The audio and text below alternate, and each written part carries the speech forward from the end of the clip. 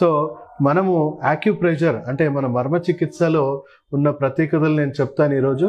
So కొన్ని pressure points ఉన్నాయి. ఆ ప్రెషర్ పాయింట్స్ని మీరు సింపుల్గా యాక్టివేట్ చేసుకోవడానికి నేను మీకు కొన్ని టిప్స్ చెప్తాను.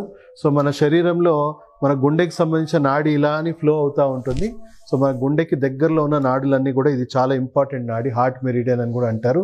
సో ఈ హార్ట్ మెరిడియన్ని ఈ ప్రెషర్ పాయింట్స్ని యాక్టివేట్ చేసుకోవడానికి, అంటే ఇవి చేయడం వల్ల ఏమవుతుందంటే గుండెలో ఉన్న ఎనర్జీ బ్లాక్స్ ఎప్పటికప్పుడు మనకి రిలీజ్ అయిపోయి మనకి గుండె అనేది రక్త ప్రసరణ కానీ ఎనర్జీ సర్క్యులేషన్ అనేది ఎప్పుడు కూడా ప్రవాహం అనేది ఫ్రీగా ఉంటుంది.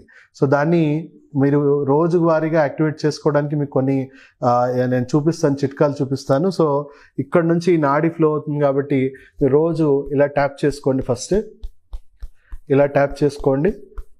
సో సెకండ్ స్టెప్ వచ్చేసి ఇక్కడ ఈ నాడులని ట్యాప్ చేయండి. అలాగే రెండు వైపులో కూడా ఇలా ట్యాప్ చేసుకోండి.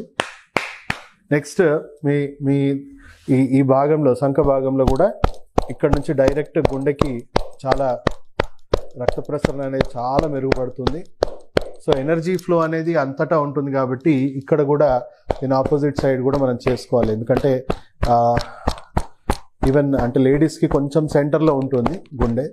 సో ఎక్కువగా వాళ్ళకి రెండు వైపులా చేసుకుంటే ఇంకా మంచిది. సో అలా మీరు పూర్తిగా రోజు మార్నింగ్ ఒక 5 to 10 minutes ఈ విధంగా ఈ ట్యాపింగ్ థెరపీ అనేది చేసుకోవడం వల్ల శరీరంలో ఉన్న నాడులు ఎప్పటికప్పుడు బ్లాకేజెస్ అనేవి, ఎనర్జీ బ్లాక్స్ అనేవి ఫ్రీ అవుతూ ఉంటాయి.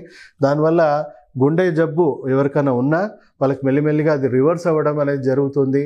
అండ్ మీకు ఆల్రెడీ ఎమర్జెన్సీలో మీకు ఎవ్వరు లేనప్పుడు మీకే హార్ట్ అటాక్ వచ్చింది అనుకుందాం. సో ఈ ఎంబడే ఇక్కడ కానీ మీరు ఇమీడియట్గా ట్యాపింగ్ అనేది స్టార్ట్ చేయండి. దానివల్ల అంటే మనం ఫస్ట్ 4 minutes అనేది చాలా చాలా ఇంపార్టెంట్, చాలా క్రూషియల్. సో మీరు అంబులెన్స్ వచ్చేలోపు లేదా హాస్పిటల్కి వెళ్ళే ముందే మీరు ఈ ట్యాపింగ్ అనేది స్టార్ట్ చేశారనుకోండి, అవుట్ ఆఫ్ 10, 8 జనాలకి వాళ్ళకు హాస్పిటల్ పోకముందే వాళ్ళకి హార్ట్ అటాక్ నుంచి ఇమీడియట్గా ఉపశమనం అనేది పొందుతుంది. హార్ట్ పంపింగ్ అనేది మళ్ళీ నార్మల్సీకి రిస్టోర్ అయ్యి మళ్ళీ నార్మల్ సర్క్యులేషన్ అనేది రిస్టోర్ అయ్యే అవకాశం ఉంది. సో ఫస్ట్ 4 minutes ఎవరైనా కూడా మనం మన ఫ్యామిలీ మెంబర్స్తోనో ఎక్కడో ఉంటాము, హాస్పిటల్లో ఎవరు ఉండము.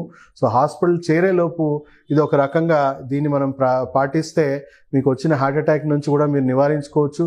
అండ్ రెగ్యులర్గా ఇది పాటిస్తే prevention is better than cure అంటారు కదా. సో అలాగే మీరు రెగ్యులర్గా ఈ సూచనలు పాటిస్తే మీకు గుండె జబ్బు అనేది రాకుండా పోతుంది. మీ కొంత ఎంటైర్ లైఫ్ స్పాన్లో మీకు రాకుండా ఉంటుంది.